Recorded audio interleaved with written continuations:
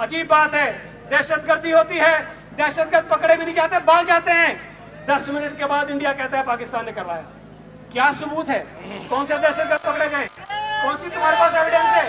इससे साबित होता है कि बिहार में होने वाले इलेक्शंस, जो बिहार में इंडिया में रियासती इंतखाबात हो रहे हैं, मोदी उन इंतखाबात को जीतने के लिए घटिया हरकतें कर रहा है।